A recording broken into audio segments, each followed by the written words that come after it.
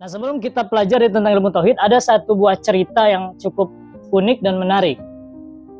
Pernah suatu hari ada seorang pakar agama. Pakar agama ini pergi ke barbershop. Tahu barbershop, friend? Apa tuh? Hah? Barbershop? Hah? Katanya tahu. Wah, salah. Potong rambut, barbershop tempat nyukur rambut. Barbershop ini biasa nyukur sama orang gitu memang. Nah, ada seorang ahli agama ini datang ke barbershop, datang ke tempat cukur. Nah, kebetulan tukang cukurnya ini orang yang tidak percaya Tuhan atau disebutnya ateis. Ateis itu artinya tidak mempercayai adanya Tuhan. Bumi ini tercipta dengan sendirinya. Pokoknya kita nih tidak ada yang menciptakan kita, kita tercipta secara alami. Nah, ini tukang cukurnya ini ateis.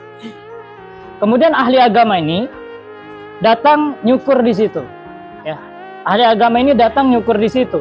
Biasanya kalau nyukur kan tukang cukur tuh banyak bicara supaya apa? Supaya kita nggak ngantuk ya.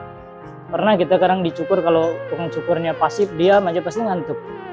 Kenapa dia suka ngobrol supaya kita tuh nggak ngantuk? Nah, tukang cukur ini orang yang nggak percaya sama sekali dengan agama, nggak percaya sama sekali dengan Tuhan. Sementara yang dicukur ini orang yang ahli agama. Kemudian dia duduk dicukur seperti biasa. Mau cukuran kayak gimana Pak? Ya kayak gini, dilihatkan gambarnya.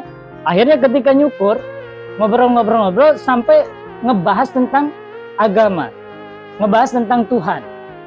Kata tukang cukur, Mas, kamu percaya sama Tuhan, adanya Tuhan? Lalu kata yang tadi dicukur, saya percaya adanya Tuhan. Lalu kata tukang cukur nih, saya nggak percaya adanya Tuhan. Kenapa kamu nggak percaya adanya Tuhan? Lalu kata tukang cukurnya menjelaskan, kalau misalkan adanya Tuhan, sementara Tuhan itu maha pengasih dan maha penyayang, kalau misalkan ada Tuhan, kenapa masih ada orang susah? Kalau memang ada Tuhan, kenapa masih ada orang yang bermaksiat? Kalau ada Tuhan, kenapa masih ada orang yang bersedih? Sementara Tuhan itu maha penyayang, Tuhan itu pengen makhluknya itu bahagia. Kenapa tuh kalau ada Tuhan, kenapa masih banyak orang yang sedih, banyak orang yang putus asa, banyak orang yang gagal? Mendengar pertanyaan kayak gini, ahli agama ini bingung pengen jawab apa. Karena gini teman-teman, kalau kita pengen debat sesama muslim, kita bisa keluarkan dalil, betul Ustaz ya? Kita bisa keluarkan dalil agama. Ase, misalkan Ase ini ahli agama, debat sama ahli agama lagi atau orang Islam, bisa saling tukar dalil, saling adu dalil. Tapi kalau kita debat sama non muslim, kita debat sama bukan orang Islam, debat sama orang yang tidak sepaham dalam akidahnya sama kita, tidak bisa kita keluarkan Al-Quran. Kenapa? Mereka tidak percaya dengan Al-Quran. Nah, ini yang dicukur ini, ahli agama ini bingung, gimana caraku jawabnya ya?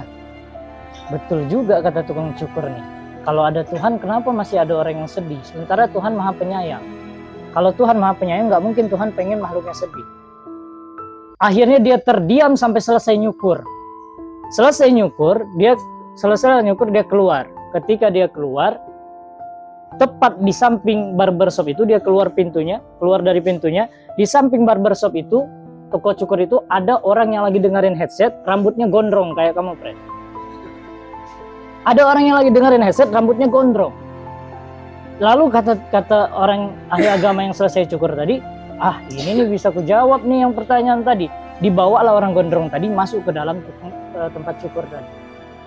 Kata ahli agama ini bilang, Pak, saya rasa tidak ada yang namanya tukang cukur. Lalu kata tukang cukur, kamu kan habis dicukur di saya.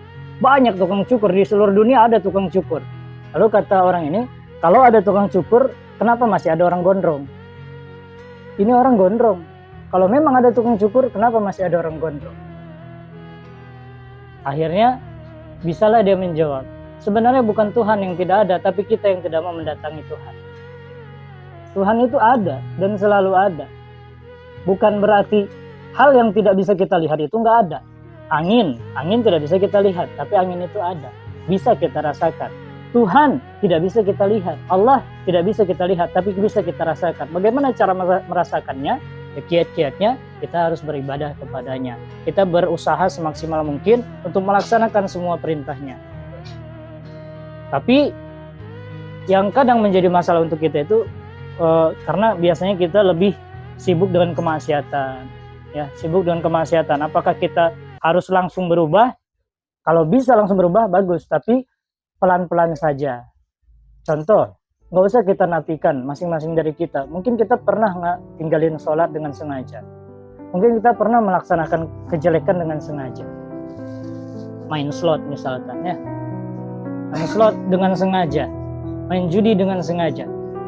Tapi bukan berarti kalau kita penuh dengan kemaksiatan terus kita bilang tuh kita ini memang nggak pantas buat beribadah. Tidak, kita harus berusaha, berupaya. Sejahat apapun kita tetap berusaha untuk menjadi orang baik.